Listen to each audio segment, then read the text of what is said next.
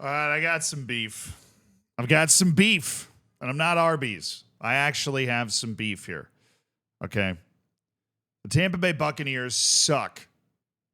I have no other place to talk about it. I talk about it on stream, and nobody has any idea what I'm talking about. So I'm going to talk. I mean, we have Tata Martino. We're going to get to him in a second. But the Tampa Bay Buccaneers suck. I'm going to roast Tata Martino later. Okay? I've got an NFL team that is good. From my hometown. Very good. And yet, every single game, they blow it right at the end. Giving up 90-plus minute goals every single week in the NFL. Ridiculous. Okay? Every single week. Our head coach, has no idea how to put together an end-of-game strategy. Todd Bowles, if you need me to explain some of this stuff to you, I am happy to do it. Because every time we get towards the end of a game, you seem to make exactly the wrong decision. And we keep losing. And if we keep losing, we're not going to make it to the freaking playoffs. Okay, and I want to go to the playoffs because we've been to the playoffs 4 straight years, and it's the longest run of successful playoff qualifications in Tampa Bay Buccaneers history, because my NFL team is normally just a steaming pile of ass. But we've switched that up, but we are receding back into the pile of ass right now because we can't win a single damn close game. Every close game, 2 overtime losses, right? Every freaking game, we get down to the end and we take the lead or we tie it and then we blow it with like 45 seconds left. It was just pissing me off. I needed to get that out there. But this is also, I wouldn't say this is pissing me off. I just think this is dumb. I think this is short-sighted. I think this is lacking context. I think that this is disingenuous. I got a lot of words. I'm just unloading all of the words on you today. But Tata Martino is the coach of Inter Miami, former coach of Mexico, former coach of Atlanta United, with whom he won MLS Cup, one of the great MLS Cup winning teams in history, Atlanta United. They got like founded and then won it instantly. Now, speaking of playoffs of the Tampa Bay Buccaneers, Inter Miami, as you probably know if you watch this channel, just got knocked out of the MLS playoffs in the first round. By the way, they had the most points in the regular season history, but as seemingly, you probably don't know this if you're not from the United States, as is tradition, if you have the best regular season ever in any sport, you're going to get knocked out in the first round of the playoffs. It's happened in the NHL.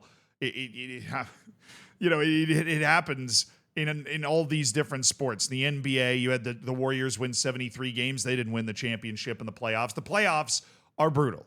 And very often the best team from the regular season does not win just because of the matchups and the intensity and everything I talked about in the last video. So Tata Martino, he's got his tail between his legs here because he's lost to the team that he used to coach. He's lost at the helm of Lionel Messi, Luis Suarez, Jordi Alba, Sergio Busquets, Julian Gressel, who's won multiple MLS Cups, the guy that you make fun of me saying I always do the podcast with, but he's on this freaking team too. Tata didn't play him a minute, by the way.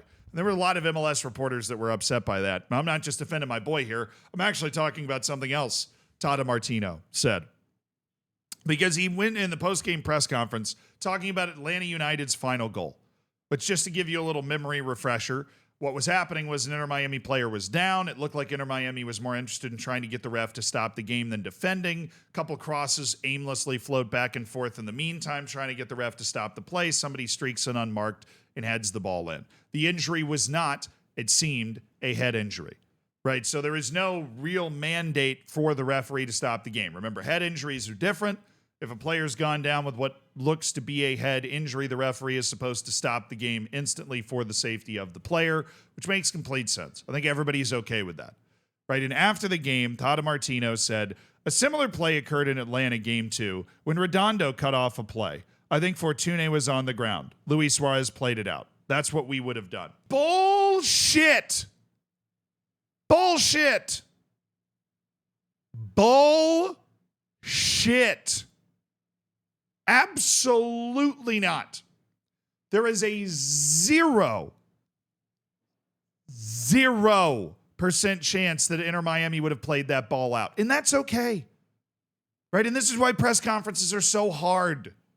Because you're in the heat of the moment and you're pissed off that you just lost this game and somebody's asking you about it and you're like, yeah, that's ridiculous. Right? This is like interviewing fans outside the stadium after a match.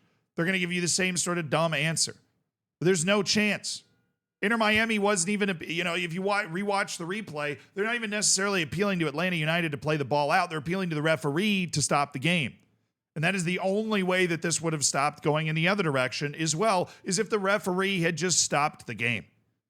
Okay, there's a couple parts to this. One, this is like the most famous highlight from this season. Now, point to me where Inter Miami is playing the ball out in this goal-scoring move.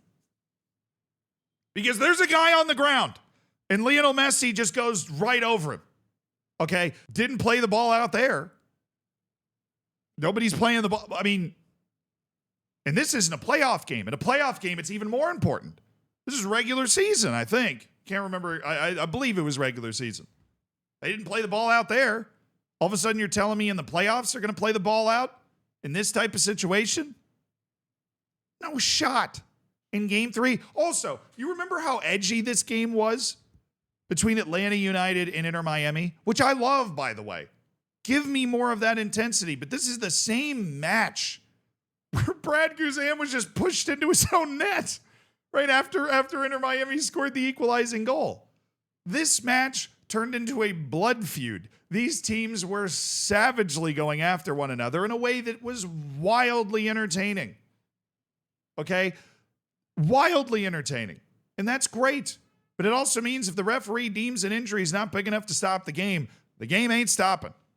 Okay, there is not a, gentlemanly warfare sort of thing going on in game 3 of the first round of the playoffs with Atlanta United going for the biggest upset in league history against the chosen ones. Okay, like the ball's just not going to get played out. And you can't expect the referee to stop the game and wait for the ball to get played out. I mean, this is kind of just like a victim mentality when, let's be honest, the victim mentality should be on Atlanta United's side. You kidding me? They're playing against a super team. Atlanta United is. They'd be pointing at this and going, how the hell is this team possible in MLS roster rules? Why do we have to play against these guys? That's the acceptable victim mentality here. They didn't take that, though. They went out and they took care of business. Tata Martino's a great coach. Everybody that's ever played for him says he's a great coach. Everything he's done, he's won MLS Cup. He did a good job with Mexico, obviously, because since he left, Mexico's, Tata Martino can get a lot of good things done. Right? But this is, playing the victim in this situation. I just really don't understand it. Because there is plenty of evidence of Inter Miami not playing the ball out, which is fine.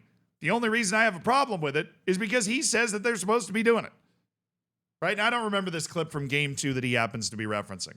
But I've seen the goal from game 3, right? And there is no way that you can watch that play and expect the ball to be played out. Because to be honest, it kind of looked like he was flopping with the injury when you watch it in real time, right? It looks like one of those players in American football that goes down to try and slow down the play and they're holding their thigh or something. But I think maybe the final landing point on this is, it's really easy to say you would have done something when you're not in that position. But when you are in that position, then if you actually act on it, then you can have these conversations. But the truth is Atlanta United played well enough to put itself in this position that one of the players for Inter Miami just kind of goes down and they're able to keep the pressure on and eventually find a goal. Inter Miami wasn't able to do that. Inter Miami had 1 billion shots in this match, but Brad Guzan made 1 billion world-class saves. They couldn't put the ball in the back of the net. It's as bitter of a pill as it is to swallow for Inter Miami. It seems that the loss they had came down to mentality.